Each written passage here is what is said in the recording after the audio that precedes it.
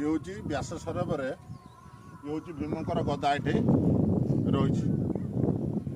एवं तांकर हस्तिनापुर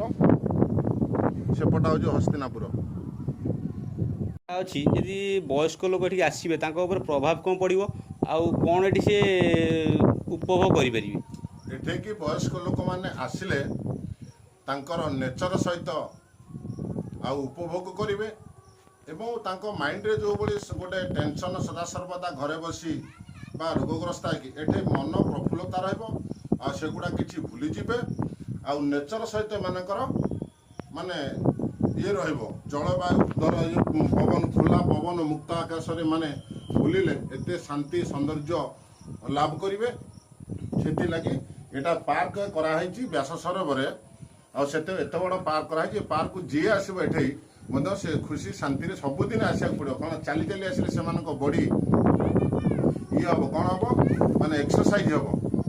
एक्सरसाइज जब हम चलवा अभ्यासटा हम चलिकी बुलिले आउर जो नेचर जिन देखिले सौंदर्य देखिले ऑटोमेटिक माइंड परिवर्तन हम सर कह जाए कि सरोवर किसी पुराणा कथा को लेकिन अच्छी कौन से पुराणा कथा पुराणा कौन व्यास जी आमर अष्टादश पुराण लिखिते व्यास कौ जुगर सी आसिक तपस्या करते तपस्या कलापर से रही तपस्या करते ना है व्यास सरोवर